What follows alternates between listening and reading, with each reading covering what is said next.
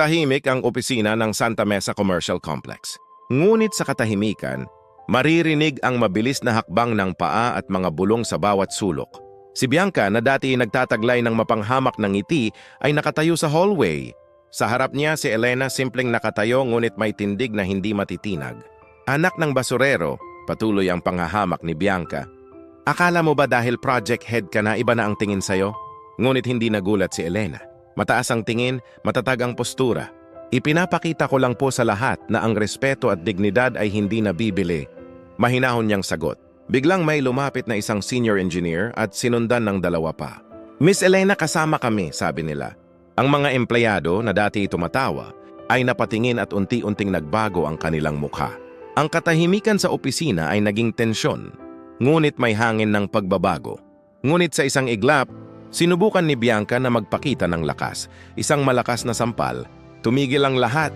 Napaatras si Elena, namula ang pisngi, ngunit nanatiling nakatayo.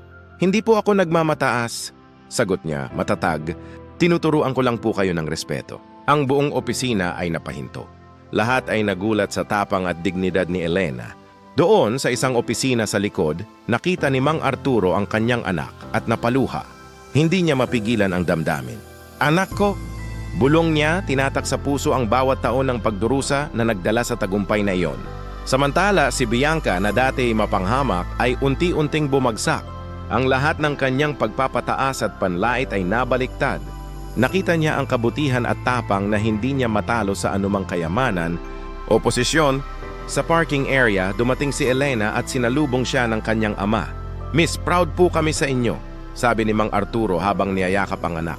Si Bianca ngayon ay natutong magsisi at humingi ng tawad. Pasensya na, hindi ko alam, hindi ko po dapat ginawa iyon. Hinawakan ni Elena ang kamay niya. Ang mahalaga, natutunan mo rin ang tamang aral, sagot niya. May ningiting may halong awa. Sa likod ng galit may patawad. Sa likod ng pangmamaliit may dignidad. Ang pamilya, mga kaibigan, at mga dating katunggali, lahat ay natutong respetuhin ang tapang at determinasyon ni Elena. Hindi sukatan ng pagkatao ang estado o kayamanan. Sa kabila ng pangmamaliit at panlalait, ang tahimik na sakripisyo at integridad ay magdadala sa atin sa tagumpay at respeto. Kawikaan 12:16. Ang mabuting pangalan ay higit pa sa kayamanan, at ang kagalang-galang ay higit pa sa ginto at pilak. Maraming salamat sa panonood ng Sa Likod ng Dura at Dugo. Sana sa bawat eksena, sa bawat luha at laban, ay may natutunan kayo tungkol sa tapang, dignidad, at pagangat kahit minamaliit ng mundo.